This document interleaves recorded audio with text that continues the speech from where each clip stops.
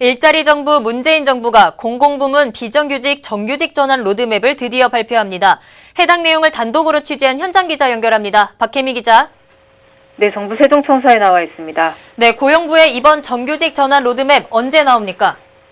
네, 고용노동부에 따르면 공공부문 비정규직 정규직 전환 로드맵은 18일인 내일 정부의 일자리 로드맵이 공개된 이후 이르면 다음 주 중 발표될 전망입니다.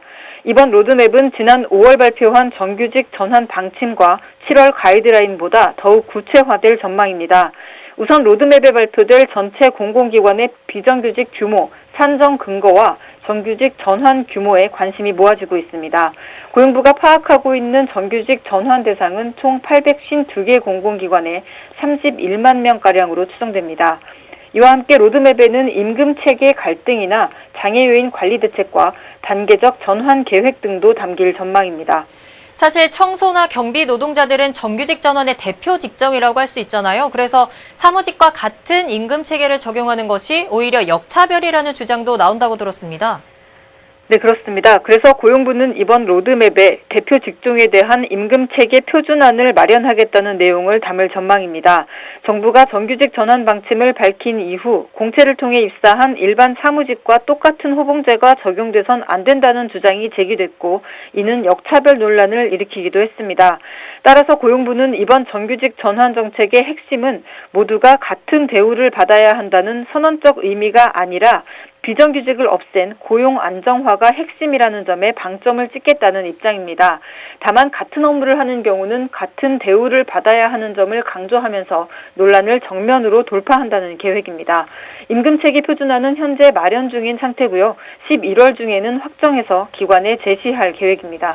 박 기자, 정부는 이렇게 좋은 정규직 전환 로드맵을 그리고 있는데 일부 공공기관에서는 비정규직을 무더기 해고하고 있다면서요.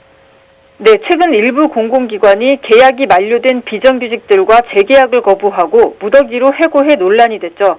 또 일부 공공기관은 60세 정년을 앞둔 노동자와 계약을 하지 않거나 일부 용역업체는 정규직 전환을 앞두고 친인척을 고용하는 식의 문제를 노출하고 있습니다. 이 때문에 고용부는 이미 지난달 22일 추가 지침을 내려 청소나 경비와 같은 고령자 적합 직종의 경우 정년 65세 이상을 강력히 권고한 상태입니다. 그렇다면 이번 로드맵의 잠정 전환 규모가 발표가 된다면 실제 전환 규모와는 얼마나 다를 것으로 예상됩니까?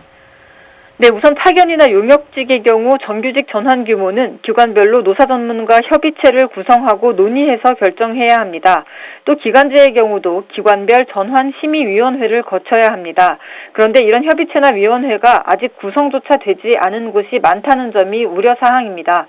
그래서 이번 로드맵에는 기관별 잠정 규모만 공개됩니다. 네, 실제 전환 규모는 잠정치보다는 훨씬 큰 가능성이 높다는 얘기로 들립니다. 여기까지 듣겠습니다. 지금까지 박혜미 기자였습니다.